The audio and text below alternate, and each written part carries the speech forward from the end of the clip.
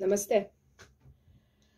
Da li ste se nekada zapitali, ako ste na spiritualnom putu, ako ste krenuli tim stopama, šta je to svesnost? Da li znate šta je umetnost svesnosti? Kroz ovu seriju postova pokušat ću da vam objasnim šta su osnovni principi svesnosti i kako znamo da smo svesni.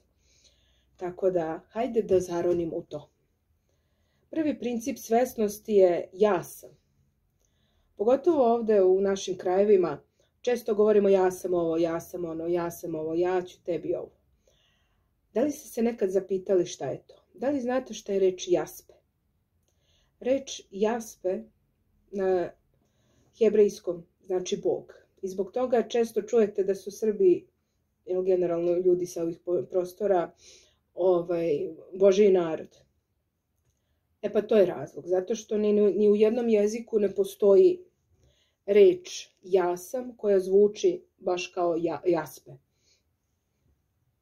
Tako da iz tog razloga se kaže, ali međutim jako je malo ovde zaista ljudi koji su spiritualno budni. Tako da reč ja sam, kada vas neko pita ko ste vi, kad kažete ja sam, treba da razumete da nikada nećete dati u potpunosti odgovor na to. Pošto reč ja sam, to i to, nikada ne pokazuje vašu celu celinu. I ne verujem da ćete za jednog života shvatiti šta je vaša cela celina.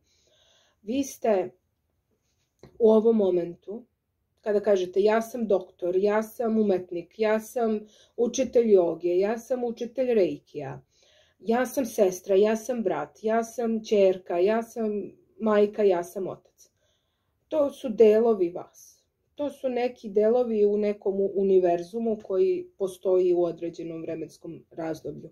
Međutim, reč ja sam znači ja sam svetlo. Vi ste jedan mali deo svetlosti iz univerzuma od Boga, u šta god da verujete. Kako god zvali božanski izvor, vi ste mali deo toga. Zamislite kao da imate jednu veliku pomoranđu i ta velika pomoranđa predstavlja ceo univerzum.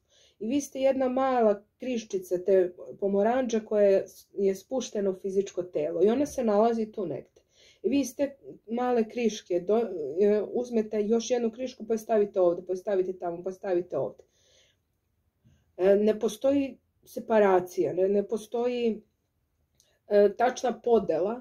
Sve što ste rekli, to je deo vas u određenom momentu, na određenom mestu i on opisuje jedan deo vas. Prema tome, vi ste kao osnova svetlost. I zato znajte da svaki put kada kažete ja sam to, ja sam ovo, ja sam ono, vi zovete vaše više ja. Vi zovete božanski izvor.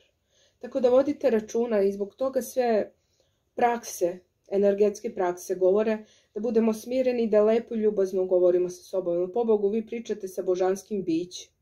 Kada pogledate sebe u ogledalo, vi govorite celom univerzumu, jer ste rekli ja sam ili ti si ovakva, ti si onakva, ti si ovo, ti si ono. Budite ljubazni. Ne znate kako veličanstveno biće stoji preko puta vas.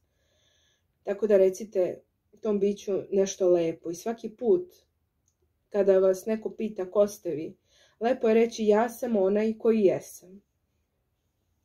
I onda možete da nastavite. Ja sam brat, ja sam sestra, ja sam majka, ja sam otac, ja sam na toj i toj poziciji na poslu. Ja volim to i to. Ja se bavim tim i tim. Ja sam božansko biće, ja sam biće svetlosti, ja sam iscelitelj, ja sam ratnik svetlosti. Samim tim vi dajete univerzumu signal da ste spremni za vašu punu reinkarnaciju. Tako da sledeći put kad izgovorite reč ja sam, budite svesni da zovete ceo univerzum da vam stane iza leđa. Namaste. Nadam se da sam pomogla.